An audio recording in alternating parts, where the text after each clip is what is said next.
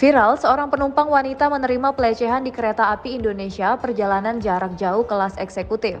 Seorang pria yang diduga cabul itu beberapa kali melakukan upaya pelecehan kepada penumpang wanita. Aksi pelecehan itu untungnya direkam video oleh korban. Video itu kemudian diunggah akun Twitter @Selasa Rabu pada Minggu 19 Juni.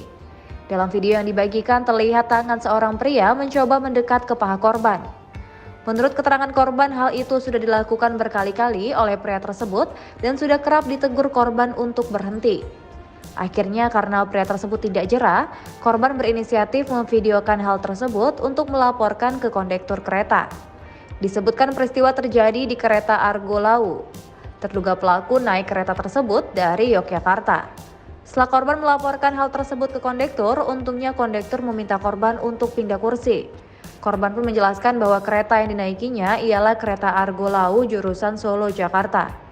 Pria cabul tersebut duduk di eksekutif 8 nomor kursi 9B.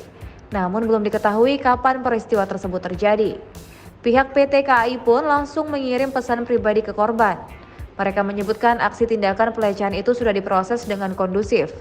Meski begitu, korban sendiri tidak tahu persis tindakan apa yang diterapkan PT KAI terhadap terduga pelaku pelecehan seksual tersebut. Terima kasih sudah nonton. Jangan lupa like, subscribe, dan share ya.